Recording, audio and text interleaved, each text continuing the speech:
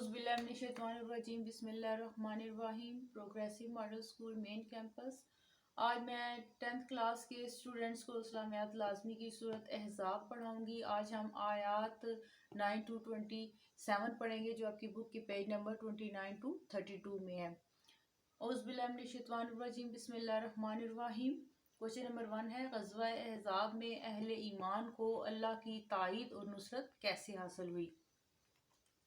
अल्लाह ताला ने ग़ज़वा अहज़ाब में अहले ईमान यानी ईमान वालों की दो तरह से ताईद और नुसरत फरमाई। नंबर 1, अल्लाह ताला ने हवा भेजी। नंबर 2, अल्लाह ताला ने नज़र न आने वाले लश्कर यानी फरिश्ते भेजे।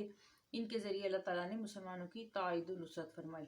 क्वेश्चन नंबर 2 है, ग़ज़वा अहज़ाब के दौरान आजमाइश की घड़ियों में अहले ईमान और मुनाफिकीन का तर्ज़ अमल क्या था? अब मुनाफिकीन कौन है? मुनाफिकीन वो होते हैं जिनके दिल में जो इस्लाम जो है मुकम्मल तौर पर रासिख नहीं हुआ होता, यानी नहीं दाखिल हुआ होता। ऊपर ऊपर से कहते हैं कि हम मुसलमान हैं, लेकिन हकीकत में दिल से वो मुसलमान नहीं होते, दिल से उन्होंने इस्लाम को कबूल नहीं किया होता।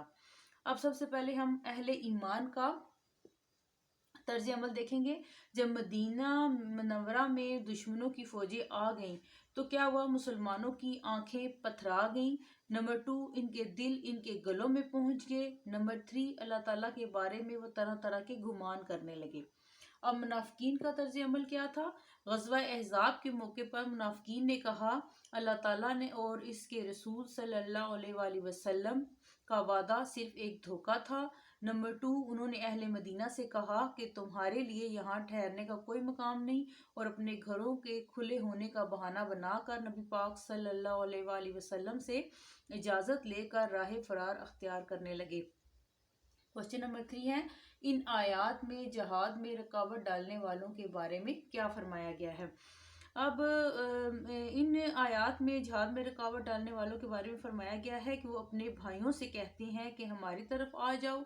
नंबर 2, वो जंग में कम हिस्सा लेते हैं। नंबर 3, वो मुसलमानों के बारे में बखील हैं। नंबर 4, खौफ के मौके पर इनकी आंखें इस तरह घूमती हैं जिस तरह मौत से गशी वाले की आंखें घूमती हैं। नंबर 5, जब खौफ ख़त्म हो जाए तो वो मुसलमानों को अपनी तेज़ ज़बानों से नुकसान पहुंचाते हैं। नंबर 6, वो मोमिन नहीं, इनके अमाल अल्लाह ताला ने ज़ाया कर दिए हैं। नंबर 7, जब फौजें आ जाएं तो वो अपने आप को सहरा में पाने की तमन्ना करते हैं। और नंबर 8, अगर वो तुम में होते तो जंग में कम ही हिस्सा लेते। अब ये मुसलमानों का यानी अहले ईमान वालों का और मुनाफिकीन का तर्ज अमल सूरत अहज़ाब में अल्लाह ताला ने इन आयात में फरमाया है। नेक्स्ट क्वेश्चन है, क्वेश्चन नंबर 4, अबारात का मफ़हूम बयान करें। ये अबारात जो है वो आपकी बुक के पेज नंबर 33 पर है। अलिफ है, आयत मुबारका है, लक़द काना लकुम फ़ी रसूलिल्लाहि उस्वतुन हसनतुन।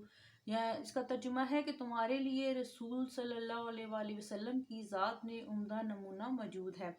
मुसलमानों को आप सल्लल्लाहु अलैहि वसल्लम की मुकम्मल पैरवी का इन आयात में हुक्म दिया गया है कि आप सल्लल्लाहु अलैहि वसल्लम पे हैसियत मजहबी पेशवा भी हैं और अस्करी कमांडर और हुक्मरान भी हैं। आप सल्लल्लाहु अलैहि वसल्लम ने अमलन खंदक खोदी, इसकी हिफाजत के लिए शब रोज़ पहरा दिया, पेट पर पत्थर बांधे, चट्टानें तोड़ी, मुकम्मल इस्तकामत और साबित कदमी से कफ़ार का डट कर मुकाबला किया और तमाम मुसलमानों को साथ साथ तसल्ली भी देते रहे। आप सल्लल्लाहु अलैहि वसल्लम की ज़िंदगी का हर शोबा काबिल अमल नमूना है। आप सल्लल्लाहु अलैहि वसल्लम एक मुसलमान हुक्मरान, एक मुअल्लिम, एक रहनुमा, बाप, बेटे, ताजर, फौजी कमांडर, गज़ किसी भी हैसियत से देख लें, आप सल्लल्लाहु अलैहि वसल्लम का हर काम अखलाक हसना का उम्दा नमूना है। अब इसकी बे आयत है, फ़मिनहुम मन क़ज़ा नहबहु व मिनहुम मन यंतज़िरु।